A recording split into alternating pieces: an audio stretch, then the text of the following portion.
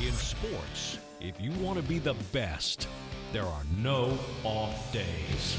Hail to the victor, Valiant. Hail. Welcome into the No Off Days podcast. I'm Scott Smith. We got Chris Cato. BK is in the booth. We have now kind of launched into, this is a college football post-mortem. Sad. So it's always a sad kind of, so let me just give you a little horizon shot.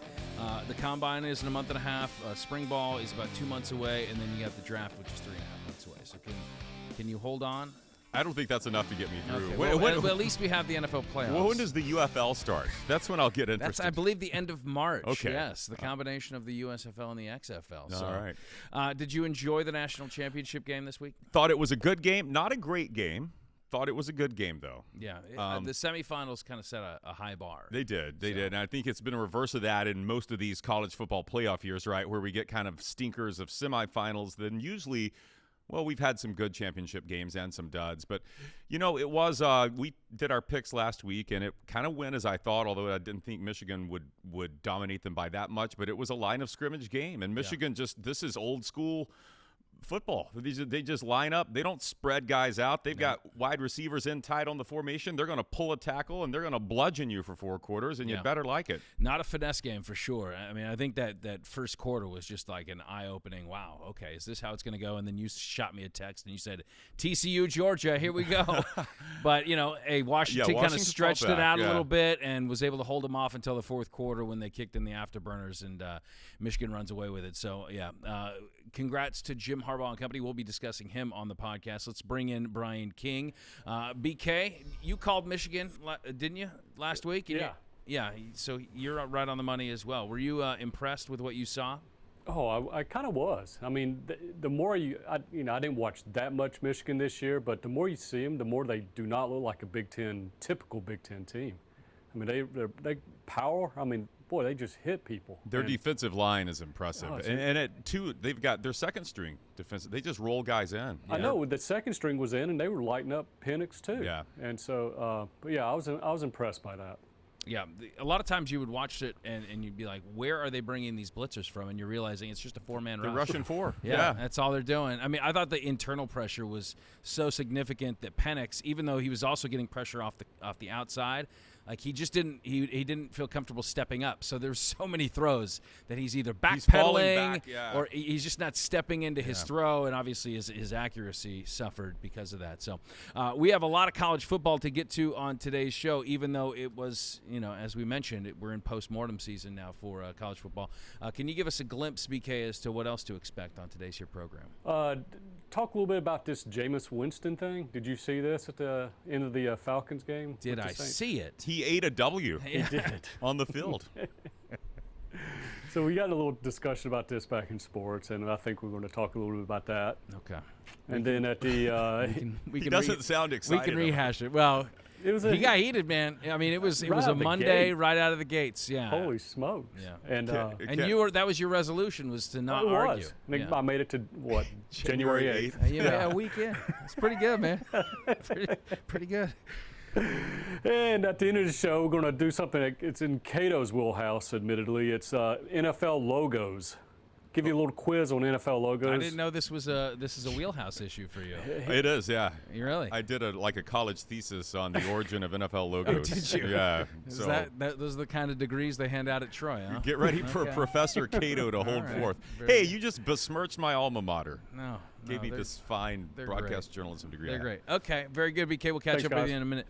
If you're listening and you want to watch, go to fox13news.com/nodpod. If you're watching and you want to listen or subscribe, take out your phone. You can zap the QR code right there on the screen in the bottom right-hand corner, and there you can find all of our shows. Please subscribe at fox13news.com/nodpod. So Jim Harbaugh is now a national championship winning coach, and this was something that had eluded him. I mean, you look back on just the stretch run that he had at Michigan, and it was like, some seasons couldn't beat Ohio State. They're going to can the guy, and they hang with him, and he produces for them in a big way. And that was a talented roster that they put out there on the field. But he made a promise, right? I mean, he made a promise. I don't know if the promise was to deliver a national championship, but it was a promise to get some ink, right? And so yes, yeah, that's so right. he's got to come through on that, right? He said he's going to get he's 50-something years old, has zero tattoos. Said after winning the national championship, he's going to get a tattoo. Yeah. You probably have some thoughts on it. What about to capture and remember the moment of winning a national championship? The moment he lifted his mother up and gave her an on-the-mouth kiss. Can we have that moment as maybe like a chest tattoo? What do you think? You saying make that the tattoo? Yes, Him that's kissing the his- tattoo. Like something to memorialize the season. That would be something. I was thinking maybe since the season was so shrouded in controversy and mystery, maybe like a stallion on a chest for Connor Stallions, or a what was the I'll steal this from Brian. He mentioned this last week. He told the NCAA, that this infraction was him nothing but having a cheeseburger with a recruit. So maybe he gets a cheeseburger on his backside or something. What's funny is that I have a cousin that has a cheeseburger tattooed on their arm. That's commitment. Yeah, they got a lot of weird tattoos. Is his name Wimpy? It's a she. Oh. Yes. That's even better. There we go.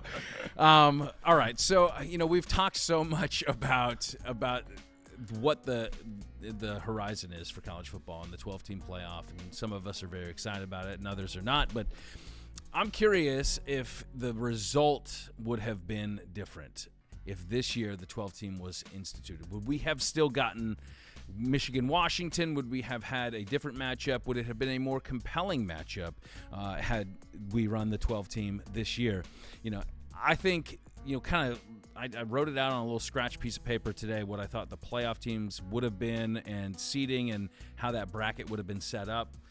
And I think on one side, I think you still get Michigan, and I think it still would have been a semifinal between Michigan and Alabama.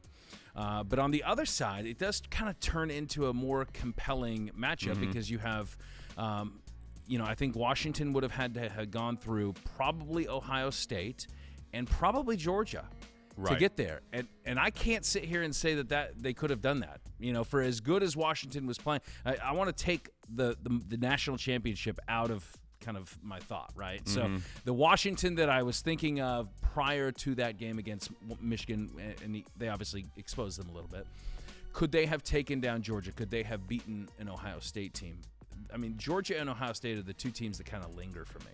Like, could those two teams, those are the only two teams I really feel like could have potentially given a better matchup to Michigan in the final. Your thoughts? Yeah, I did the same exercise you did and kind of boiled down the same thing. And, it is tough. Like I could make a case for maybe Florida State beating Alabama if they had, no opt-outs in a month to prepare Rodemaker. But I do think on that side of this hypothetical bracket, it would have been a Rose Bowl rematch with Michigan and Bama. But I do really like the how the other side could have played out. And I think we would have seen Georgia.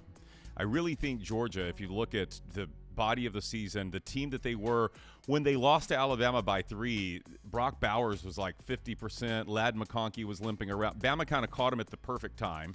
And so I think Georgia was probably the second best team in the country with Michigan. So I think that would have given us a more compelling championship game. And I'm not saying this to diminish Washington. But you just did a little. I did, but this is why I like the idea of a 12-team playoff. And I used to think opposite of this. You and I have gone about this for years about whether. Well, I've tried to lure you to my side, and I think. Well, you know what lured successfully me. Done it. Well, I don't know. Every time I talk to you, I think you're on a different side of this discussion. Well, no, I think I was pretty clear when we discussed it on this podcast I'll a have to few go back weeks and ago. listen. The number one thing that kept hanging in my mind was that TCU Georgia game last year, and just what a disappointment that was for a great college football season to have that as your championship showcase. And I'm not comparing Washington to that, although I did make that joke to you in the first quarter of that game the other night.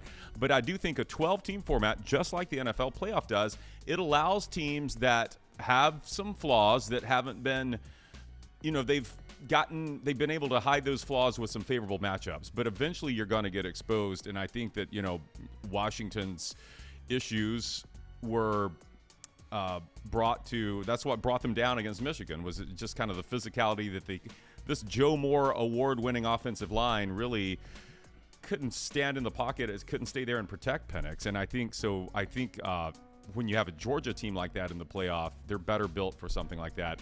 And I think at Georgia-Michigan, I would have loved to see that play out on the field. I think that would have been an outstanding One final. of the things that I think that it also gives you an ability to watch is the teams that are left out of the conference championship games that we talk about every year. Should they be allowed back into the playoff? Now that gives them the opportunity, but you're also rewarding the conference champ. presumably, right? Because there's still 4 buys that you can be awarded, but it allows another seat at the table for a team like an Ohio State that missed out on the conference championship game. So I think, would it have provided a more compelling national championship game? I don't know. It's possible. It's hard to say. If it plays out the way you say, yeah, I mean, I think maybe Georgia gives them a tougher fight down the stretch. I think maybe even Ohio State gives them a little bit more of a tougher fight as well. Mm-hmm. But I know without a doubt that it is a more compelling way to get there.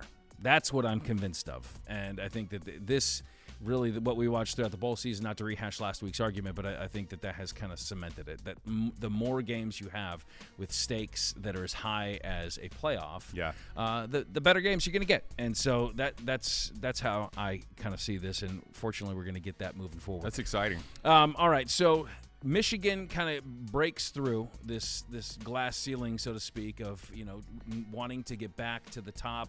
12 national championships in program history, but the first since 1997. So where they were before Monday, I want to think through some teams that are in the nation right now that are kind of where Michigan was. Like, there is a desire to obviously win a national championship. There's an expectation. There's an expectation to win a national championship, and there is a lack of patience as well amongst either the faculty, the board, the fan base, whatever it may be. What are those teams that fall into that category? That is the next Michigan, the next team that really they got to get there, or else coaches are going to get fired, and we're going to see some more overhaul. I think the first one is Michigan's biggest rival. I think it's Ohio State, because that is a program that has expectations, a fan base that has, you could call it unrealistic expectations almost, but no, they are realistic, because you have you recruit one of the best recruiting classes every year. Ryan Day is 56-8 in 5 years. He is 56-8, yet he still has an unhappy fan base, grumblings within the administration itself, and that's largely because he's not winning the big prizes. Yes, he's 56-8, but against teams that have been ranked in the top 5, he's 1-6. Yeah. And he's lost the last 3. This is the most important. He's lost the last 3 to Michigan in college football playoff games, including a final. He's 1-3, and got the one time they reached the final, they got embarrassed by Alabama. So really, he beats the teams that he should beat because they have a massive talent advantage. And then when he gets in a game where the talent is comparable, he loses. That's the narrative. And it's real. So I could see that being one of those teams you talk about where the expectation is you need to win now, that's the heat that was on Harbaugh a few years ago. It's like, why isn't he getting this done? Which you wonder if that kind of gives the folks at Ohio State a little bit more patience to say, look, like Harbaugh, Michigan stuck with him, and he finally broke through. You could have as much talent as you want. You could have a great coach, and I have no doubt that Ryan Day and his squad, they fit all that. But sometimes it's just timing, matchups, injuries. A lot of things can add into that. Getting the right guy at the right time, and you sometimes just have to wait your time. You wait your turn. I think the run that Alabama and Georgia have kind of had this last decade is kind of made the expectations a little too unrealistic for a lot of teams to think that you can be as dominant, you can go on these runs, but sometimes it comes down to waiting your turn. I think Texas A&M is another team that falls. I mean, they haven't had a national title since 1939 or something like that. Yeah. For as much money as they have invested into the program, for as much booster money that they bring to the table, to have an opportunity to have moved into the SEC and compete with the big boys and still not yielding those results. They have not won a division since 2010. Yeah, they have not won their own division. The Johnny Manziel. Yeah. So I mean, I think that's a hungry fan base too. That they probably need to get there here soon. Yeah, you hope they give Mike Elko a little time, right? And they give Jimbo 5 years. Yeah. So let's hope Elko gets that much time too. But the problem is, here comes Texas into the SEC. I have Penn State on this list too, slightly behind Ohio State, but again, a Big Ten team where expectations are high. And what does James Franklin do? What's the narrative on him? He doesn't win the big games, and he really hasn't. Like they beat up on teams that they should beat up on, and when it comes down to playing Ohio State and Michigan, he usually comes out losing those games. And they lost in the Peach Bowl again, with a team, they didn't have a lot of opt-outs, but Ole Miss didn't either, and Ole Miss beat them. So I think this was supposed to be his best team, his best roster yet, and they still fell short. So I could see the Nittany Lion fan base saying, hey, come on. I got USC in that mix out west, too. I mean, as you go into the Big Ten now, you're going to be dealing with a larger pool of money, but the scheduling doesn't get any easier. Lincoln Riley's making $10 million a year, one of the highest-paid coaches in college football, and they haven't won a national title since 2004. I think that there's a desire and a hunger to bring back kind of restore the glory that they once had. I think Texas falls into that category. I think Oklahoma falls into that category. I mean, it has been nearly 20 years since any of these schools have won a national championship, and there really aren't any excuses that they can't be. I mean, Texas is obviously on the rise. They're in a pretty good spot. What Sarkisian has done, and within the next probably 3-4 years, they could have a run here where they get into the title game and maybe win it. So, but I would even look closer to home. Look at the Florida teams. You got all of them. I mean, Florida State, Miami. I think the expectations at all places are very high. And, it's been a minute, for Florida State, most recent, but 2001 was Miami's last national title. I mean, I felt like the Coker years of the dominance that they had down there, they were reminiscent of what we've seen out of Georgia and Alabama recently. Yeah. And it falls off, and it's hard to get it back. I mean, you think they kind of maybe Mario's the guy that can do that, but I think the pressure's on. I think the patience is worn out with Mario. I think this upcoming season, because they've had good recruiting classes, he has recruited well, and they've had talent, and so you have expectations, and you're watching, like Florida State, I think, is in a good spot, and Miami is seeing that. Like Florida State's kind of, has ascended to another level. So I think I think Billy Napier at Florida, I think this is a make or break season for him coming up here too. What do you think about Nebraska? They're an interesting. I mean, obviously they have such, storied history, and they just picked up the #1 recruit out of the high school ranks this last year. They kind of have a big name coach in Matt Rule that takes over. What do you think that the expectations are there?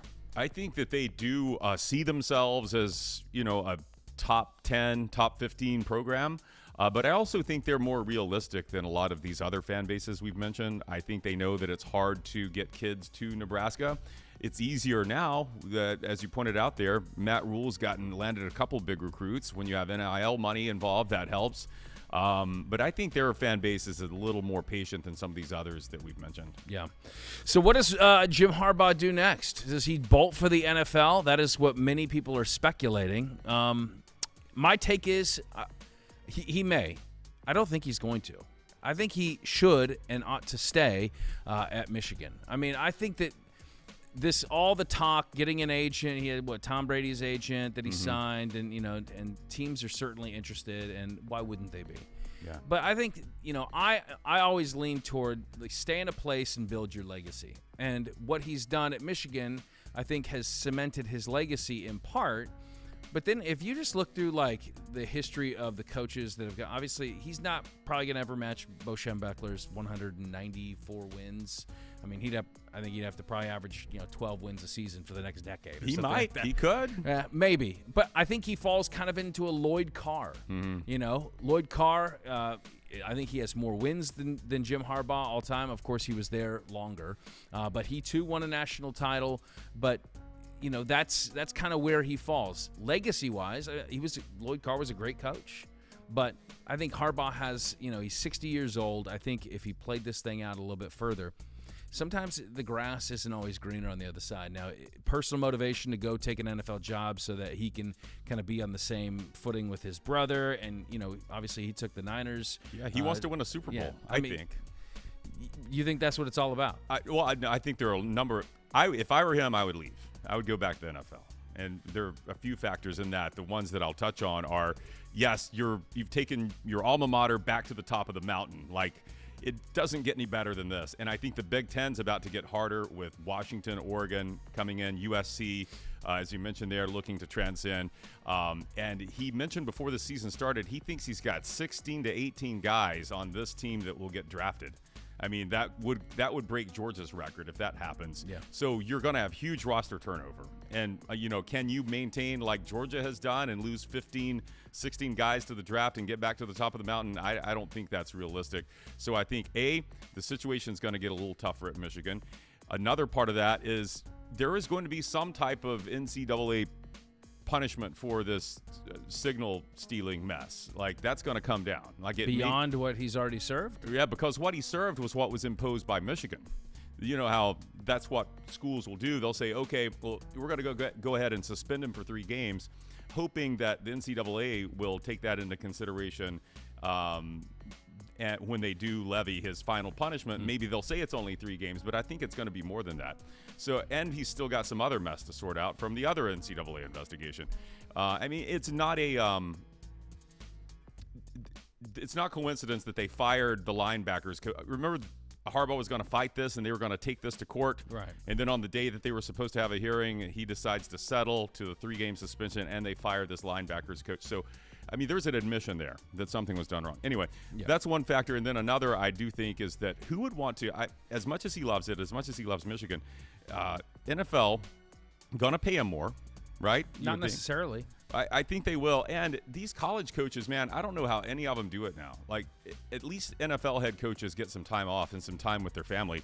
These college coaches have to manage a schedule year-round now. Like, I think there's one dead period in February and maybe another one in July for 2 weeks. Other than that, you're recruiting. And now you're recruiting, not only are you recruiting high school athletes, you're recruiting transfer portal guys, and you're trying to recruit your own roster to keep them from hopping in the portal. I don't know how any of this is manageable. I would flee if the Chargers say, hey, here's $20 million, I'm gone. You just want the easier job. That's what you want. I want something with realistic expectations. Like, this is all unrealistic. I think he just showed that he can deliver on results, but you're not dodging expectations when you go to the NFL. No. I mean, they fired coaches today that were coaches. But Mike Vrabel was coach of the year in 2022. Yeah. And he's out. That's the way the NFL is too. I mean, and that is, you're right, from a time management standpoint, it's probably a little bit easier in the NFL, but the expectations don't change. And look, the money's better. I don't think the money's better. Based on reports, he's offered his how many NFL coaches are making over $10 million a year? Quite a few, right? I don't know. I got to look this up. I think the kind of money he would command would be $18 to $20 million, and he wouldn't get that from Michigan. He's getting $12 million is the report for his extension. Yeah. All right. Well, we disagree. I think you should stay. On the other side, we're going to discuss a little bit more NFL news as teams now are looking for new head coaches, and obviously you could have Jim Harbaugh in that mix as well. Plus, we want to talk about Jameis Winston's victory formation audible at the line that has everybody's feathers ruffled. That's when the No Off Days podcast returns.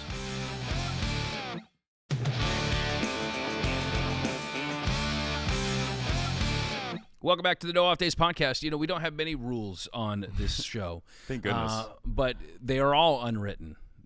Every rule we have is unwritten, and Chris seemingly violates them every day. So maybe it's time we write down some of these rules. Like, don't wear shirts that are too small for you. I mean, come on. Look, I put on some weight during the holidays, okay? I haven't gotten bigger shirts yet. So Jameis Winston, this last week against the Atlanta Falcons in a game that at the end of the day didn't really matter. They have a 20-some-odd point lead on the Falcons. They're down at the 1-yard line, and they get in victory formation. He decides, you know what? The team is making a team decision here, and everybody's seen a soundbite by now when he goes off in the locker room. I think it was high comedy. High comedy. Classic typical Jameis. Yeah. Typical Jameis, right? But how much of a problem do we actually have? Because there's been so much outcry and a little bit of vilification in that for Jameis. People saying, I would have fired it. I would have cut him right there. And there's just no place for this in the NFL. This is an unwritten rule, and he obviously violated it, that when you get in victory formation, that a knee is expected and a knee shall be given. But he did not do that. He wanted to get his boy, Jamal Williams, a touchdown. So what's your take on that? I don't really care about my take because I feel like you and I kind of agree on this. I'm fine with it. I'm cool with, as Derek Carr said, taking care of your buddy. Jamal Williams hadn't scored a touchdown all season. He had, led the Lions in touchdowns the year before. And you want to stop him, Falcons, stop him. Now, I know you could say, well, they're not expecting it, but I read one account of a Falcons player, at least one player, asked the Saints if they were going to try to score here, and the Saints player didn't say anything. So they should have had some expectation that this was going to happen. I thought it was great. I have no problem with it. I want to bring in BK because I can hear some rattling of the bars from here. BK, you were on the other side of this issue just yesterday when we discussed it. You got pretty mad. You started throwing things at me, and you think that Jameis did a really, really naughty thing. It's not. You call it funny. It's not funny when you line up in a victory formation. No, he's funny. I'm not saying the move was funny. The move was Jameis was is his description, his defense of it. That to me was funny. But that's just par for Jameis. And if that was my quarterback, if he was my teammate, just look how Taysom Hill reacted when he was deep in victory formation and he saw the play. He was almost embarrassed by it. He was a little embarrassed. Yeah, which goes against the account that they decided as a team to do this, right? And what constitutes a team? Yeah, Jameis and Jamal Williams decided. There's only 11 guys out there on the field, so they didn't take a straw poll there. But it's not Jameis's decision to call an audible. It's Well, not, and if you do, just if you want him to score a touchdown, fine, but get in the right formation. I mean, when the Falcons did ask, hey, are y'all running a play? What's up? Because they could sense something, and then snaps the ball, and the offensive line's firing off at him. And yeah, that's a good point. I didn't consider that if you really want to score, then run a real play. Don't don't get in the victory hide it. formation. Funny would have been victory formation, and Jameis drop kicks the ball for a field goal attempt or something. That's Jameis. Yeah. But, waving the white flag and then all of a sudden firing off for a play, it's just kind of Bush League. I'll bet you're going to tell me next that you're not allowed to eat W's. Is that what you're going to tell me? No, it's not. Okay. That's completely different. All right. But, Here's the thing, is that, look, I understand that it breaks this unwritten rule. And, I would not want that to be done. If it was on my team, I would not be on board with that. But, we went through the scenario. If you were in that huddle, are you going to jump off sides to stop it? Are you going to, not take part in it? No, I'm going to do what the team's going to do. So if this is what we're going to do, fine, I'm with you guys. I don't think it's the end of the world. I don't think it's as big a deal. That's my main point, is that it's not as big a deal as people made it out to be. It's not a big deal. But here's my biggest issue, is that if the NFL has a problem with it, put it in the rule book. Put it in the rule book. Unwritten rules, leave it up to people to determine. They leave it to the subjectivity of the team, the person, to make that call. Like, if it's really a problem, put it in the objective standard that we all agree to. When we come to the football field, we go by what's in the rule book. That's how they throw flags. That's the basis by which they make the calls. Like, let's not make this some kind of nebulous thing that somebody, if they want to violate it, oh boy, and then we shame them after the fact. Put it in the rule book. It's not that hard. If a team gets in victory formation, both sides, the defense and the offense, should then expect a knee. A violation of that is, some type of penalty, unnecessary roughness, whatever you want to call, 15-yard flag. That's all you have to do. I don't like that idea. Putting Why? it in the rule book. I like the vagueness of it. I like that. What is good about vagueness? Because that's how you can pull surprise plays on people. Like if you go down so the road. You're making the point that victory formation plays are good. I'm making the point that the element of surprise, there's value in that in any sport. And I've seen plays where the quarterback will do the fake kneel down, then he'll pop up and hit a pass. Right, which is so different. So do you want to put that this. in writing too? Oh, if the quarterback is going to No. You're totally misunderstanding what I'm saying. It's kind of the same thing. No, okay, I'm saying if example. people have a problem, if we're going to sit here and say these are unwritten rules, and you shall not violate them, then write them down and make them written rules. That's that's my only point. Outside of Arthur Smith, who said you shouldn't violate? Who said you shouldn't have done Every that? talking head. Every talking head. Not this talking head.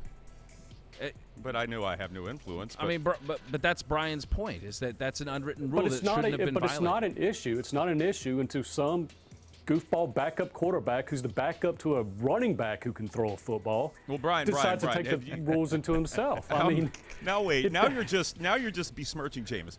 But listen, that was besmirching Taysom Hill, running back that can throw a football. Anyway. It was. I like that they were looking out for their friend. I don't necessarily like that they went against their coach. But here's the thing. You've seen defenses when a quarterback is they need to stop the clock, so you got to clock the football. What do you see defensive? That's not victory formation. But that's completely different. That is, it's, though I could see a rule where a quarterback's running out of bounds and he looks like he's about to go sliding down, so the DB backs off of him and he pops back up. Who's the guy for Pitt? It was the Pitt quarterback.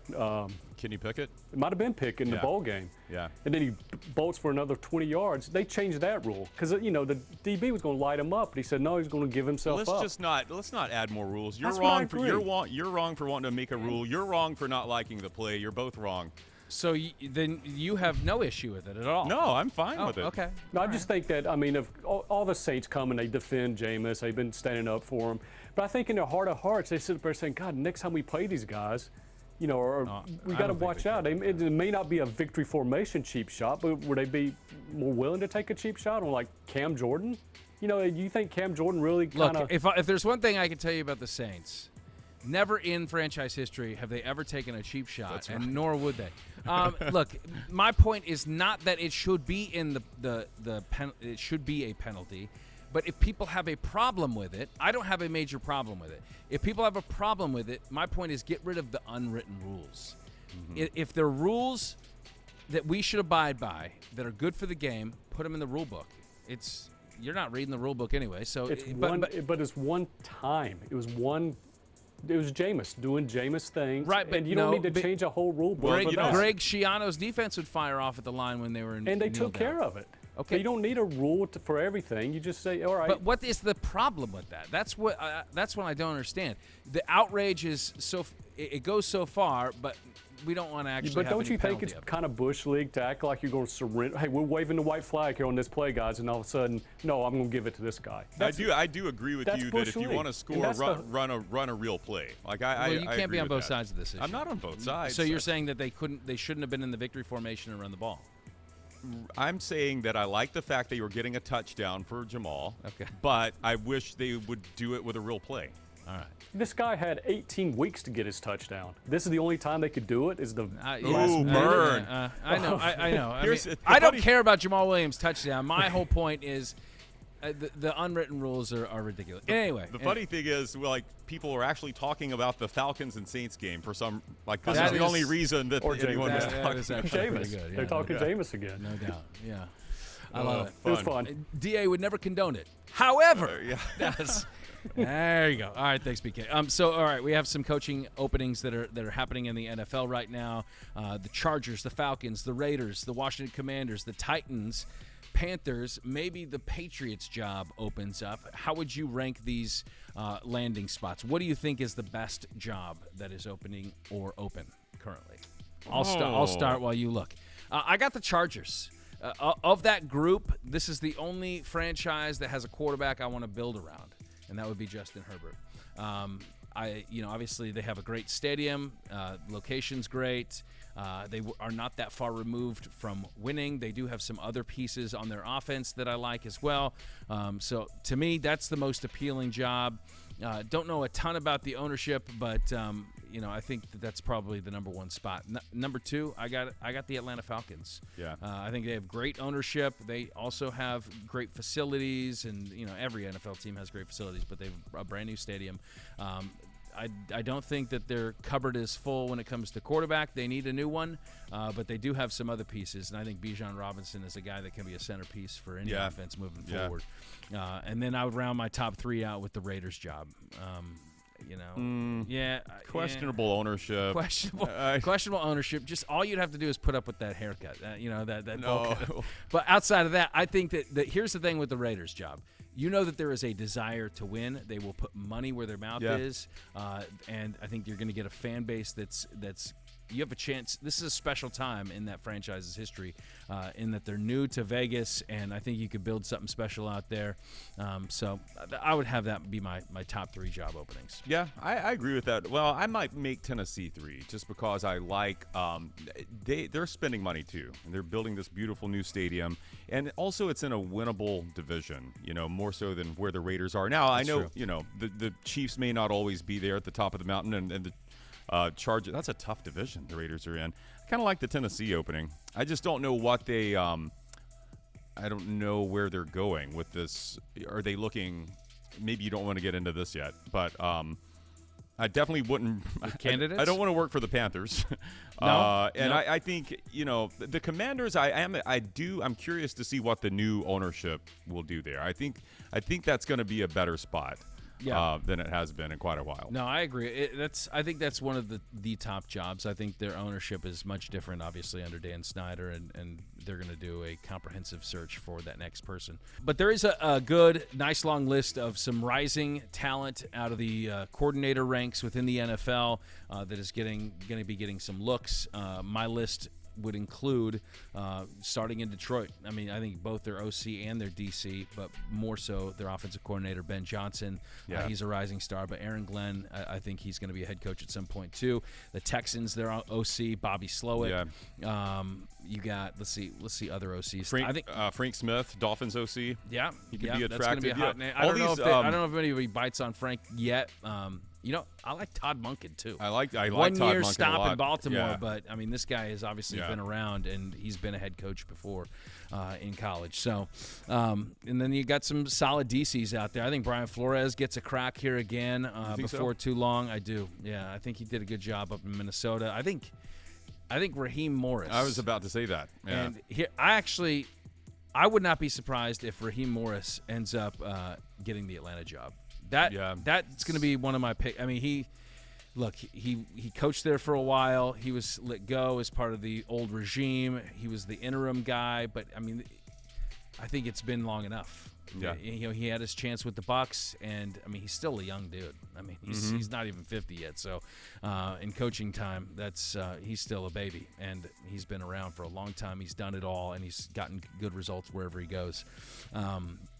If I had to fill the Chargers job, my guess, I'm going to say they go with Ben Johnson, the Detroit Lions offensive coordinator. That would be my guess. That is if it's not Harbaugh. That is based on the fact that if I think I'm going to guess Harbaugh stays at Michigan, but then they go after Johnson. I say Falcons get Raheem Morris. I say the Raiders go after. I think they go after Mike McDonald. He's the Ravens defensive DC, coordinator. Young guy too as well. Yeah, coming up through the ranks. I think Bill Belichick ends up moving on from New England, and I think they give him a full cupboard in Washington to have personnel control. So you think he's going to move on? I think so. Okay. I think so. That's just my hunch. If he's not, I mean, look. So does Mike Vrabel go back to coach the Patriots? I do. I think that's what happens. I think Vrabel being let go out of Tennessee was ridiculous, but I mean, he's a great coach. Players love him. Yeah. He's gotten results there time after time. I mean, obviously, the last couple of years have been a little tough sledding, but and then I got the Titans getting Bobby Slowick, and I'm going to say Panthers go and get Todd Monken. Oh, poor Todd Monken going to the Panthers. Don't do that, Todd. Hold out for something better. Yeah, well, I like those. I do, the linchpin is does Harbaugh. If he stays at Michigan, you're probably right about where those. I think he's going to go to the Chargers, and that may throw off some of that there. It'll be interesting. Yeah. All right, coming up on the other side, we're going to start doing our picks. We have NFL playoff games this weekend to get to, some intriguing matchups. We have the return of Stafford against Goff. Lions taking on the Rams, their former teams. Oh, man, where are we going to go with this? I do know that we're going to go back to my house to bring in our guest. That's what we're going to. Yeah, our guest. I'm bringing my son. He's going to be on the program. Okay. The Nod Pod for the first time. Finally, a Smith with some football knowledge. There we go. Stay with us. The Nod Pod returns after this.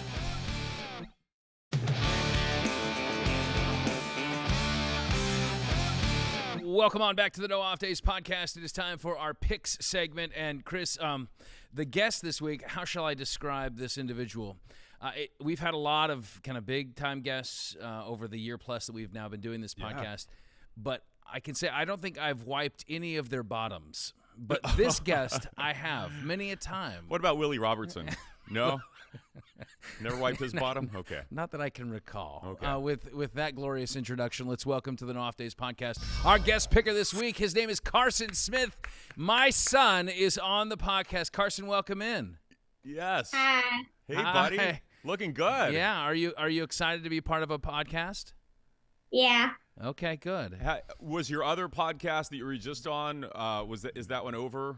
We didn't want to step on your other podcast that you do for, No, I didn't do another you podcast. didn't? Okay, good. Yeah, no, he tried to keep his schedule pretty loose this week. You're right. Yeah. Because he is in demand. So Carson, he's a 5th grader, and he loves sports. And I will say, Chris, that the reason I kind of thought he should probably be on the show is because recently, within the house, we kind of pick on some of these games, especially he and I. Got to start him young. And he took me to school here in recent weeks. He's nailed all his college football picks here the last couple of weeks. Isn't that right, bud?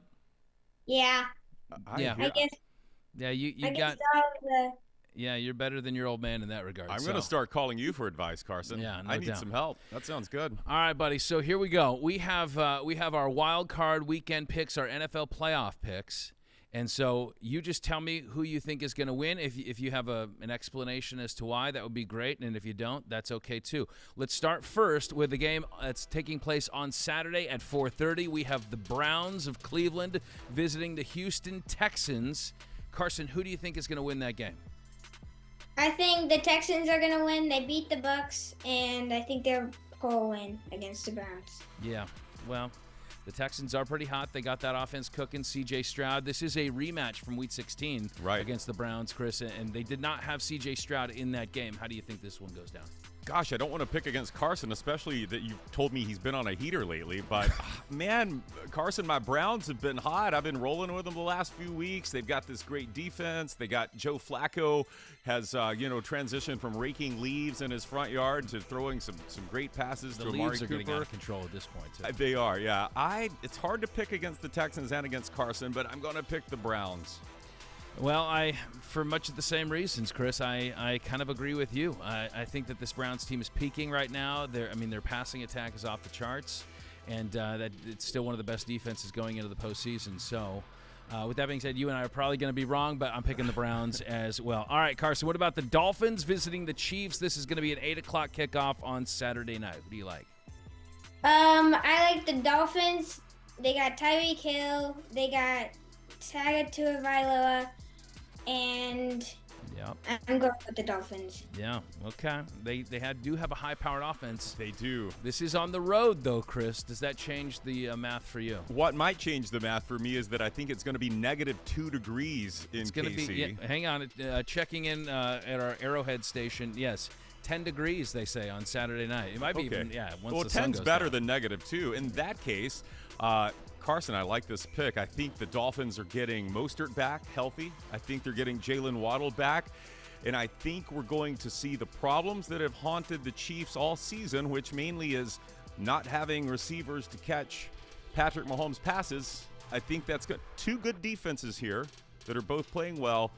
And it's hard to pick against KC at home in Arrowhead, but I think I'm going to go with Carson on this. And look, Carson, I don't know if you can see me. You probably can't, but I've got my Tyreek Hill is on this T-shirt I'm wearing. Of course, that was when he was losing to the Buccaneers as the members of the Chiefs, but he's going to have a revenge game going back to Kansas City. I'm picking the Dolphins. Wow. Okay. Well, you know what? So they did meet earlier this year, and the Dolphins did lose in that game. It was a Week 9 game in Germany. But German games don't count. That's true. Anything out of U.S. time zones, I'm willing to give that to you. But here's the thing.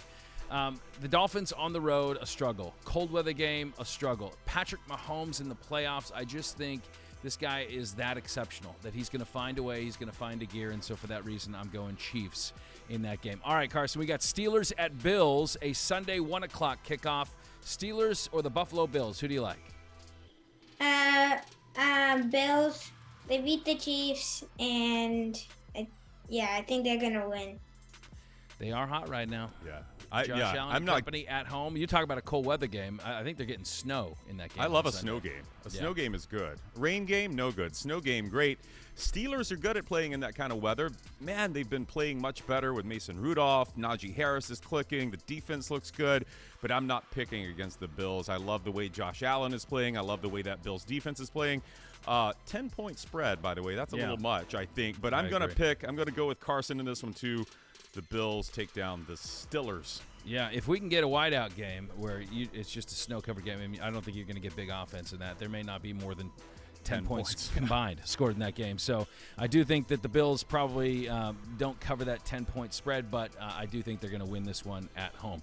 All right, we're all in agreement. All right, Packers at Cowboys. Carson, this is a 4:30 game. You can catch it right here on Fox 13. Who do you think is going to win, the Green Bay Packers or the Dallas Cowboys? Cowboys all the way. They beat the Lions. They're going to win. Yeah, they're pretty good. Everything's kind of clicking right now for this team. Dak Prescott and company. Yeah, and I'm starting to sense Carson's method here too. If they beat the Lions, then they've got to be good. If they beat the Bucs, they've got to be good. I like it. I'm with you again, Carson. Boy, you and I are sharing one brain here. Cowboys at home are tough. That defense. I mean, I do love the way the Packers have been playing, and I think Jordan Love has just come into his own with those young receivers. But I think the Cowboys are going to win. Yeah, I love the ascent that we've seen out of Jordan Love this year. He's taken this team to new heights. I think he's shown that he is the franchise quarterback to take over for Aaron Rodgers. But there's only one team in the NFL that has never lost a home game this season, and that would be the Dallas Cowboys. I don't see that happening this weekend, so I got the Cowboys winning at Jerry World. All right, Rams at Lions. Carson, this is a 8 o'clock game on Sunday night. Should we even ask him if he's going to pick the Lions? Past your bedtime, so you're not going to be able to see it, but we'll tell you about it on Monday morning. Rams at Lions. Who do you think? Lions, they're in third place right now, or second. I don't know if they're the 3 seed going into this one. So the Lions are favored. I'm going with the Lions. What's that? I'm going with the Lions. He's going with the Lions. He feels like the Motown City curse is coming to an end, and they get a playoff win here at home against Matt Stafford and company. This is, of course, the revenge game for both these quarterbacks playing against their opposing teams. This is the script the NFL wanted, right? This is it. Yeah, this is absolutely it. Who do you think? I like your bedroom, Carson. I like your posters. I noticed that's actually my bedroom. Yeah. Are you top bunk? Yeah, no. I'm a bottom bunk guy? Yes. Okay. It depends how mad my wife is at me, and then maybe she sends me to the top bunk. Well, I like your post. If those are yours, Carson, I like your posters, your banners, your pennants, I should say. Gosh, what kind of sports fan? I noticed you had a Lions pennant back there too. Yeah. Yeah, this is going to be such a good game. The Rams defense, they travel well. It's hard to pick against the way Matthew Stafford is playing, but boy, this Lions team seems to be on a mission. I love the way Jahmyr Gibbs is playing, and I like them at home. I think Goff gets his revenge, and I think that 3-point spread is about right. I'm going to go Lions in a tight one. Yeah, this is, for me, I grew up a Lions fan, so this is kind of a head versus heart game where kind of my head and history. It's a family team. It's what? It's the family team. It is the family team, and my own father would disown me if I picked against the Lions, which might be enough to just stick with the Lions there. It's hard to pick against them. All the history of watching this team in the postseason, to have now this game where there's this coming in as much ballyhooed as they are, to have to face a guy that spent 11 years in Detroit, didn't win a game at Ford Field. I can see the script saying he wins his first game at Ford Field as a member of the Rams in the postseason. But again, I'm going to go hard with this, and I'm picking Lions to beat the Rams in a close one. All right, finally, Carson, before I can let you go off to bed, we have Eagles at Buccaneers on Monday night. It's a big Monday night showdown. Need I even ask you, but I'll let you take your pick. Who do you think? Bucks. Yeah. give me a reason why. Who's going to play well for the Bucks on Monday night? I think Baker Mayfield's been red hot this year. I think Mike Evans would do good. And Rashad White. Rashad White, yeah. That's the three-headed monster right there for the Bucks. All right, how do you think it goes down? I like all those reasons he called out. He's stuck with the offensive side of the ball. I think if the Bucks win, it's because of defense. Carson, I went to the Eagles played at the Bucks in Week 4. I think it was a Monday night game. I got to stay up past my bedtime, and I went to that game. And it was a beatdown. I think the Eagles had 470-something yards of offense, and the Bucks had like 160. Now, I will say, that was in the early season. That's a great two different. You're right. You're right. Because of Carson, I'm changing my pick. I'm going to pick the Bucks too. I think defense, and I like Antoine Winfield Jr. is on a mission. I think the Bucks pull off a a big upset here. Well, it's not big; it's a 3-point spread, but I think everyone thinks the Eagles are going to win. I think the Eagles are slumping at the perfect time. AJ Brown is hurt. We don't know his status, right? We don't know Devontae Smith's status. He had missed, I think, 2 games going in. AJ Brown, safety went down. You got Jalen Hurts coming off a dislocated middle finger on his throwing hand. How that, I assume he's going to play in the game. Yeah. But you got to think that's probably your dominant finger on your throwing hand, to have that either in a splint or sore. Yeah. That can't help. I think what a lot of folks are worried about is this Philly team, are they somewhat playing possum? Did they get out hot to a 10-1 start and then just kind of kick this thing in cruise control and, play for the postseason, and then now they're just going to turn on the Jets here once the wild card weekend arrives? That is the concern. But I don't think it's a valid one. I think this team is legitimately stumbling, and I think it's more of a mind thing for them right now, honestly. Yeah. For all the injuries that they're dealing with, because the Bucs, they have them too. I mean, Baker's got to get healed up, and he's got to get some protection in the pocket, or it could be a long night. But I think the defense showed us a glimpse of what they can do last week, even though it was the Panthers. I think they dial it up, and they get to Jalen Hurts and company, and I'm going to say a Bucs. I think it will be considered a stunning win. Yeah. That's the only upset that I have of the weekend is the Bucs. Did we all just pick the Bucs? I think we all just picked the Bucs. I think we did. Well, Carson, it's been a pleasure to get to know you a little bit further on this podcast, and all the best in your future picking games. Thank you. Carson, you did a great job. I think your picks, you're going to have the most right of any of us. And I have one question before you go. I know you've got a bedtime. Well, first of all, make your dad let you stay up and watch that Sunday night game. That's going to be a good one. Yes. But yes, please. Yes, please, Dad. But tell me this, and answer honestly. You and your dad in a foot race. Who's faster right now? Me. That's what I thought. He's already got the old man. That was not an honest answer. All right. I don't know. Who is the best? Who is the best dad on the planet, Carson? You. Okay, thank you very much. And on that note, that's how we'll end it, with that's a little bit of honesty there. He is 10-year-old Carson Smith. He was awesome. And picker extraordinaire. And thank you, Mommy, for setting up the Zoom. Good job. So there we go. Picks in the books. Now coming up on the other side, I guess it's a little bit how well do you know NFL teams, but we're going to take a different slant on this. We're going to bring BK back in. It's our final kicker segment, a little bit of logo trivia on your way next when the nodpod returns. Nice.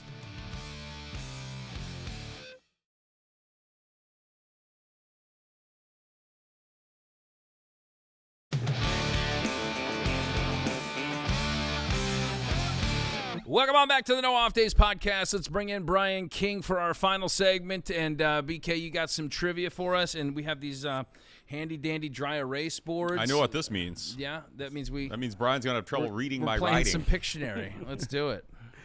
All right, what we're going to do is I'm going to give you some NFL logo trivia. Okay, it's NFL. Come on, you guys should know these, right? Wait, Brian, I'm sorry, my IFB cut out during the rules explanation. These are what? These are NFL logos. Okay. No, yeah, got it. I think that handicap was appropriate for a guy that did his thesis statement. He did a third grade book report on it. Oh, it was my college thesis. Oh, okay, yeah, sorry. Don't get it twisted. Okay. All right. First one's real easy. You ready for the first one? Yeah. All right. What NFL team logo faces left? It's the only one in the NFL that faces left. Go ahead and write down your answers. This is not right. While he's doing this, what do you think about my shirt, BK? I like it's it. The Antoine Winfield giving the peace sign. I know mine's wrong. What is it? Just trying to. I got Falcons. What'd you say, Cato? Pats or Patriots. It's the Eagles. He's facing Look left. at that. That's Faces right. left. And it's the only one in the entire league. I didn't know that. Okay. That was not in my college thesis. Okay, well, maybe this one is. What two NFL teams have an actual football in their logo? There's two teams. In their logo, there's a football present. Current logos, not throwback. Current logos, not throwbacks, yes. Gosh, BK. Clock's ticking. Oh, wait, come on, you should know this. I'll tell you, one's AFC, one's NFC. I got him. I got it. Okay. I'm not sure. What you got, Scott? Didn't have to leave the state of Florida. That's right. What'd you say, Scott? I got Bucks Raiders, but I got wasn't Bucks sure. Dolphins. Doesn't the Dolphin Yeah. have a little football in his He beak? does, yeah. Bucks Jets, right? Oh, yeah. Bucks Jets. What about the Dolphin with Does he football not in have its beak? What football He doesn't are have you a talking football in his beak. Oh, that's not what Ace You're Ventura thinking- taught me. could have sworn. Okay, I got Do you know him? Does he call you at home? Here's the next one. What 4 NFL teams have an S in their logo? In their logo, the letter S. So that's kind of simple, I would think. in their logo. In their logo, yeah. I'll give you a hint. One's NFC, and the rest are AFC. 3 of them are in the playoffs. Check that. 2 of them are in the playoffs. I keep thinking of the Browns helmet, and it's just brown. It's just a blank helmet. I only got 2. I got 49ers and Jets. Okay. That's 2 of them. What'd you got, Cato? I didn't get either one of those. I got Rams, Chiefs, Steelers, and Smudge. Okay. I don't know of a S in any of those logos. With the Steelers. Where? Let's roll it. See, they got Steelers. Oh, written out. yeah. Raiders. Oh, my gosh. How could I not think of the Jets and Niners? Yes. The Niners is a literal S and an F. No, yeah. You only got 1 right. I got 2 of them. Okay, right. now we're keeping score, There huh? we go. Okay. Let me turn it up a notch. Okay, here's the next one. Which 4 NFL teams have full body logos? Okay, and I'll give you a hint. It necessarily doesn't have to be a human body. So, like the Patriot head wouldn't be a full body logo. There's 4 teams that have a full body logo, and 2 NFC, 2 AFC, and 3 in the playoffs. Full body, so it could be full body of an animal, is what you're saying. Yeah, that could be a correct way of thinking about it. Okay. I don't know. These are tougher than I You thought. said 4? There's 4 of them, yeah. I don't know if this is right. What you got, Scott? I got the Dolphins. I got the Falcons, Bills, and Eagles. Okay. We just saw the eagle is only a head, Scott. He only has a head. Remember? Does he? Facing left. What'd you say? Oh, that's right. Cato? Dolphins, Lions, Bills, Falcons. Oh, that's right. Wow, good job. Roll it.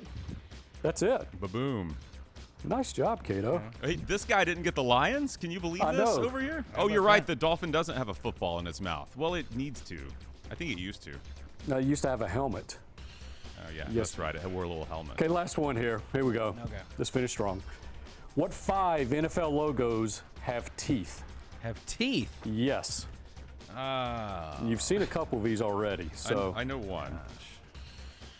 there's 5 logos that have teeth. There's 1, 2, 3, 4 NFC, 1 AFC.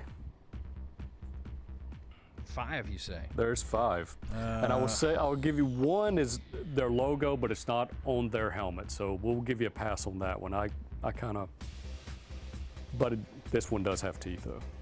Oh, I know. I think I know which team you're referring to. Okay. I'm going to write all the teams down and just There you hope go. that I get. All right. Pins up. What you got, Scott? I know that these are wrong. I got Raiders, Bucks, Jags, Bears, Panthers. I got all Okay. those except Panthers. I put the same ones he did, but I did not put Panthers. I don't know that any of these are right. Okay, let's see it. Bears, Bucks, Jags, Lions, and the Panthers. the Lion has a tooth? He's got very close. If you look at it, it's got the Oh. teeth up there. Yeah. Well, it Okay. makes sense. You got to Oh, have man. the teeth. What's a toothless lion? Who wants to have a toothless I lion? think the as a Raiders mascot? logo should have some nice big white veneers. That's what. I could That's have what it's sworn missing. they made him look. They want him to be a swashbuckling pirate, and pirates, Yeah. are missing teeth. But okay, Okay. I only got 3 of those. All right, so I think I won. I think I did. Nope. I Pretty think sure. I think it would go quality over quantity. No, quantity over quality. You I think gave I got. Apparently, these I need to things. go Yeah, update my okay. college thesis. What exactly did you feel like you specialized when it came to NFL logos? Well, back then? given you have to keep in mind I'm old, so Yes. these logos have changed. Like there used to be a Patriot that hiked the football. He Yeah, was a center. yeah. And the Dolphin was wearing some kind of apparel. And there was an Oiler. Have you seen the Oilers logos? Of course. There was a yeah. That was so great. things So have- how did you work that into an actual school? stumble upon that? Well, like what application does it have in real world? Like how would a teacher ever accept that? It was a stretch. Were you homeschooled? I was kind of hoping the fact that my mom was my social studies teacher that I could kind of skate through. That's what it was. Yeah, I don't know. It was it had something to do with the business of football. Who knows? It was a long time ago. Okay. All right. Yeah. He's on the hot seat, and he's starting to squirming a little bit. Now people are going to start investigating my resume. Yeah, let's see if you've doctored Does any he of really those have a degree at all? All right, very good. Thank you, BK. Thanks, guys. All right, fun with the whiteboards. That was a fun show. So I feel like, we have all these playoff games this weekend. Mm-hmm. Did you have any upsets? I can't. Yeah, I remember as the dumbest pick on the board. I think I picked the Dolphins to somehow beat the Chiefs. Okay, remember that? That was dumb. We'll keep an eye out this week. And if you're watching this show and you're saying those games are already over, it's because you need to download the podcast. It drops during the week. That makes a lot more sense. That's we get these picks to you before then.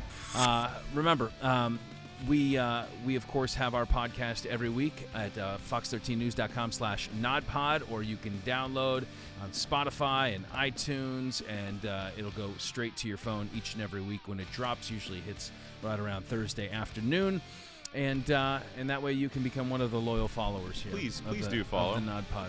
Big things heading your way in 2024. Big thanks to our guest, Carson. Yes. My son. The Smart Smith. Yep, the one he got his brains and his looks from his mom. Until the next time we are on, there are no off days.